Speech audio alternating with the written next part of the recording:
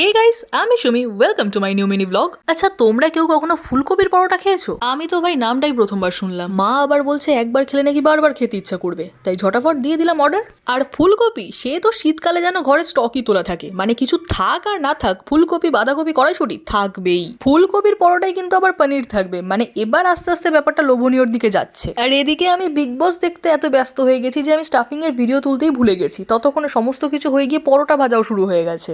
আর কি করা যাবে ভাই, ভুল হয়ে গেছে, কিন্তু খেতে যদি ভালো লাগে এই পরোটা মা আবার বানাবে, আর তোমাদের সাথে আমি রেসিপিটাও শেয়ার করব। পরোটাগুলো কিন্তু বেশ বড় আর পুরে ঠাসা হয়েছে, মানে দুটো খেলেই যথেষ্ট, পেট ভরে যাবে। আর পুর ভরা কোনো পরোটা কিন্তু আমার শুধু শুধুই খেতে বেশি ভালো লাগে, কোনো তরকারির সাথে আমি খাই না। তবে পায়েস, সিমই আর সস এইগুলো দিয়ে কিন্তু পরোটা জাতীয় খাবার বেশ ভালো লাগে। আজকে যেমন খাচ্ছি সসের সাথে, নো ডাউট খুব ভালো হয়েছিল, মানে বোঝার উপায় নেই যে এটা আমি কোনো ফুলকপির আইটেম খাচ্ছি। তো চলো আজকের মতো ভিডিওটা করছি এখানে এন্ড। আশা করছি আজকের এই ভিডিওটা তোমাদের ভালো লেগেছে। তো দেখা হবে এরকমই নতুন নতুন ভিডিওর সাথে প্রত্যেকদিন। সবাই ভালো থেকো, সুস্থ থেকো, বাই।